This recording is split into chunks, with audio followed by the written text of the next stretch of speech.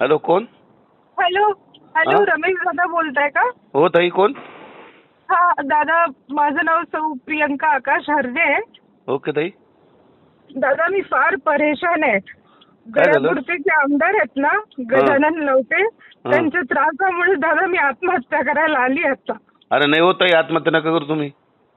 दादा त्यांनी माझ्या पतीसोबत मी नांदत असतानाही त्यांच्या फार कधी झालेल्या मुलीचं लग्न लावून दिले हो. आता माझा नवरा माझ्यासोबत राहत नाही आणि तो तिच्यासोबत राहत आहे आता गजानन लवटे यांच्याच फ्लॅटवर. त्यांनी माझा नवरा तिकडे नेऊन ठेवला, माझा संसार उद्ध्वस्त केला. आता मी आता आत्महत्येशिवाय दुसरं काहीच नाही हो ताई, नाही नाही, ऐका ना, आत्महत्या नका करू. त्यांचा नंबर मला पाठवा.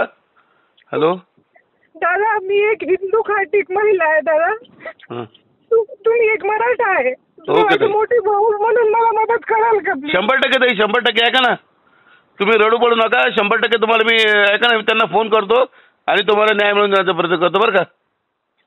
मी आता आत्महत्या करणार. नाही हो, नाही नाही ताई ताई ताई ताई प्लीज प्लीज ताई, असा विचार नका करू. ऐको, हॅलो, बोला दादा. मी तुमचा प्रॉब्लेम सॉल्व्ह करतो. प्लीज प्लीज आत्महत्या नका करू, बरं का? हॅलो, प्लीज काहीतरी करा, मला ओके मदत ओके करा. Okay okay. नाही नाही ताई, ऐका ना, नाही नाही, असं नका करू. ऐका ना, कोणत्या पक्षाचे?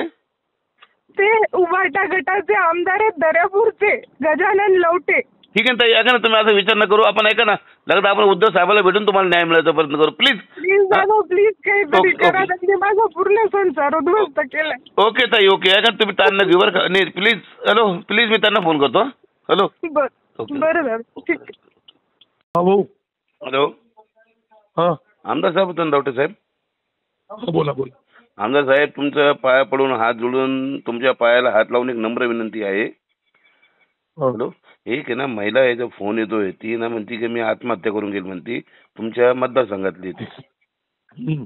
आणि त्याचा विषय काय झाला की तिथं काहीतरी म्हणजे तिचं तलाक नाही झाला आणि ते तुमच्या काहीतरी मुलीने वाटतं त्या तिच्या नवऱ्यासोबत लग्न केलं, असा विषय होतो. हम्म.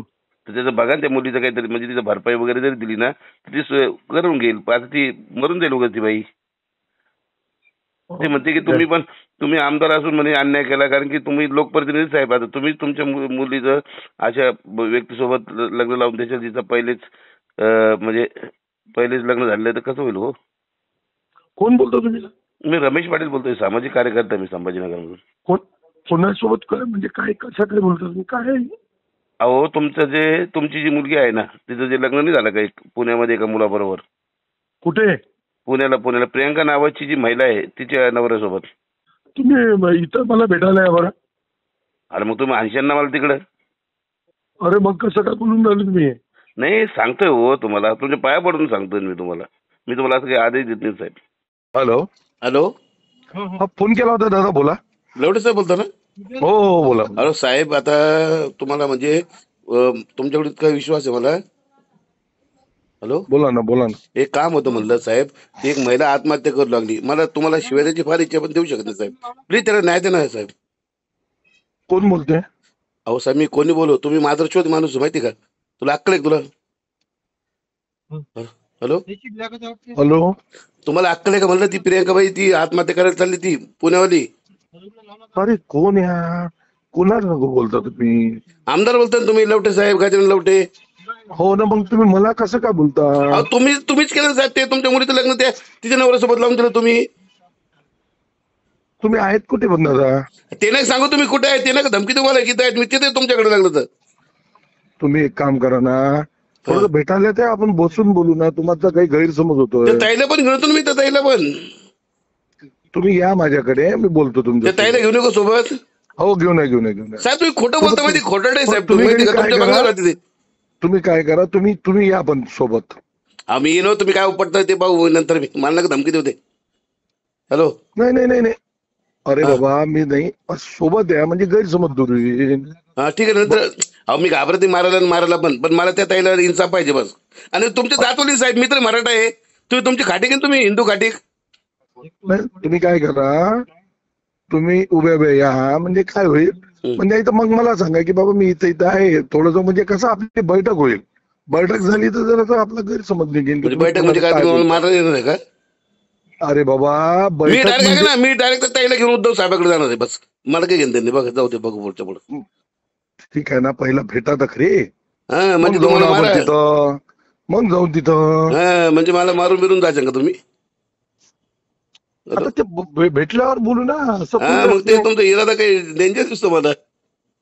अरे पहिला भेटू यार, काय नाही तुम्ही नाही भेटू बोलता? काय? अरे मी भेटलो तुमचा त्रास होऊन देत तुम्हाला.